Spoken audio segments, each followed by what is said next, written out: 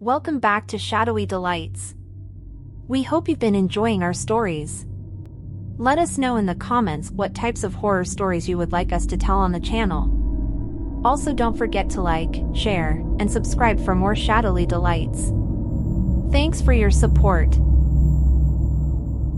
You never think it will happen to you until it does. I always thought my house was a safe haven, my own little fortress. But one stormy night last summer, I discovered how easily that sense of security could be shattered. It was a typical summer evening, and I was home alone. A thunderstorm was raging outside, the wind howling and rain lashing against the windows. I was curled up on the couch, trying to lose myself in a book, but the storm was too distracting. Around midnight, the power went out. The house was plunged into darkness, and I felt a knot of anxiety tighten in my stomach. I grabbed a flashlight and decided to head to bed, hoping the storm would pass quickly. As I was climbing the stairs, I heard a noise that made me stop in my tracks. It was a faint whispering, coming from somewhere inside the house. I stood still, straining to hear over the sound of the storm. There it was again, a soft, indistinct murmur. I tried to convince myself it was just the wind, but deep down, I knew it wasn't. I followed the sound, moving cautiously down the hallway. It seemed to be coming from the spare bedroom. My heart was pounding as I reached for the doorknob. I pushed the door open and shone the flashlight inside. The room was empty, but the whispering continued. It was louder now, almost as if it were coming from the walls themselves. I felt a chill run down my spine. Something was very wrong. I decided to leave the room and call the police, but as I turned to leave, I heard a creak behind me. I spun around, flashlight beam dancing wildly.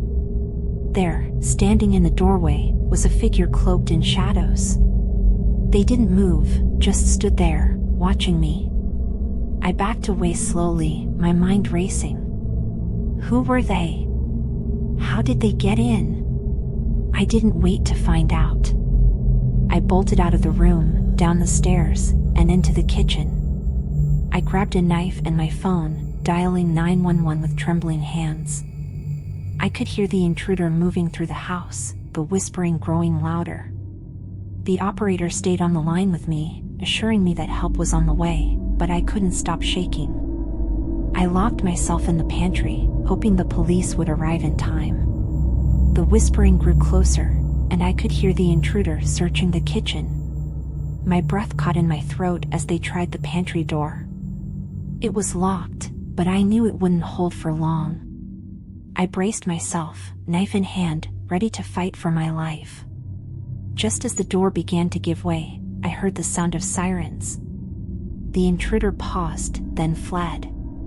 I burst out of the pantry as the police stormed into the house. They found no sign of the intruder, but they did find something chilling. In the spare bedroom, hidden behind a false panel in the wall, they discovered a small crawl space. Inside were remnants of someone's makeshift camp, blankets, food wrappers, and a journal filled with entries about watching me, studying me. They had been living in my house, unnoticed, for weeks. I moved out the next day. I couldn't stay in a place that had been violated so completely. Even now, in my new home, I still hear the whispers in my nightmares. I'll never forget the terror of that night, and I'll never feel truly safe again. I'm not one for scary stories, and I never thought I'd be telling one myself. But what happened to me one cold November night changed everything. I live alone in a small house at the edge of town, and that night, I learned what real fear feels like.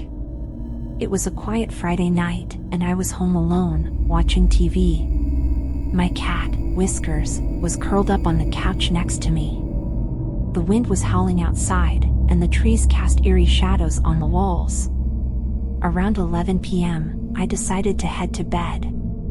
I turned off the TV, checked the locks on the doors, and turned off the lights. As I was brushing my teeth, I heard a noise. At first, I thought it was just the wind, but then I heard it again, soft, deliberate footsteps on the porch. My heart skipped a beat. I quickly turned off the bathroom light and peeked out the window. In the dim light of the porch, I saw a figure standing by my front door.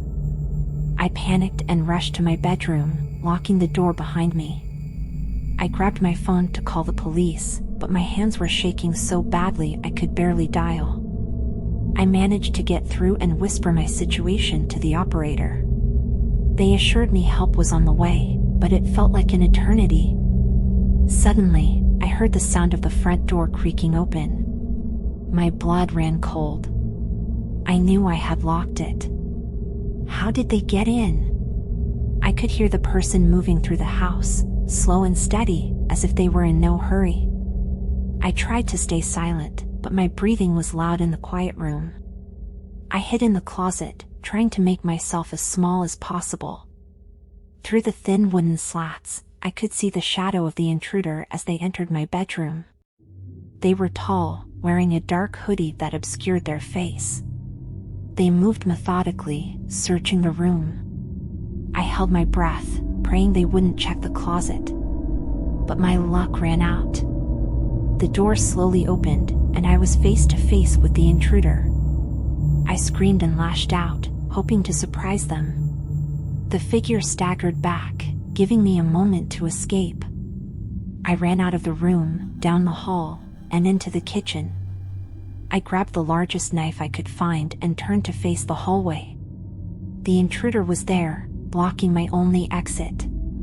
They advanced slowly, almost as if they were enjoying my terror. Just then, I heard sirens in the distance. The intruder paused, then turned and fled out the back door. I sank to the floor, sobbing with relief as the police arrived. They searched the house and the surrounding area but found no sign of the intruder. They told me I was lucky to be alive, but I didn't feel lucky. I felt violated, terrified, and alone. I couldn't sleep for days, and even now, months later, I'm always on edge, waiting for the next time. I've installed more locks, security cameras, and even got a dog for protection. But no amount of security can erase the memory of that night.